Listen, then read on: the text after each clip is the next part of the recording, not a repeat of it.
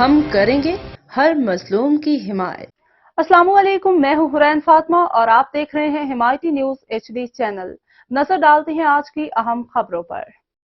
قصور police کے خلاف نومنتخب مسلم league نون کے MNA رانا حیات کی دھواں دھار پریس کانفرنس۔ قصور پولیس کے متعدد SHOs DPO قصور کی زیر نگرانی فحاشی کے اڈے اور منشیات فروشی کروا رہے ہیں۔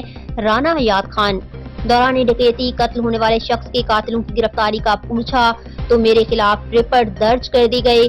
ممبر قومی اسمبلی قصور عوامی خدمت پر یقین رکھتا ہوں اور کسی بھی عوامی ایشو پر کوئی کمپرومائز نہیں کریں گے۔ رانا حیات خان بے جا شہریوں کے قتل عام، دن بدن بڑھتی چوری ڈکیتی کی وارداتوں پر قصور پولیس کی خاموشی کو IG پنجاب تک لے کے جائیں گے۔ رانا محمد حیات خان قصور 7 دن کا الٹیمیٹم دیا تھا اور اس پہ قائم ہے۔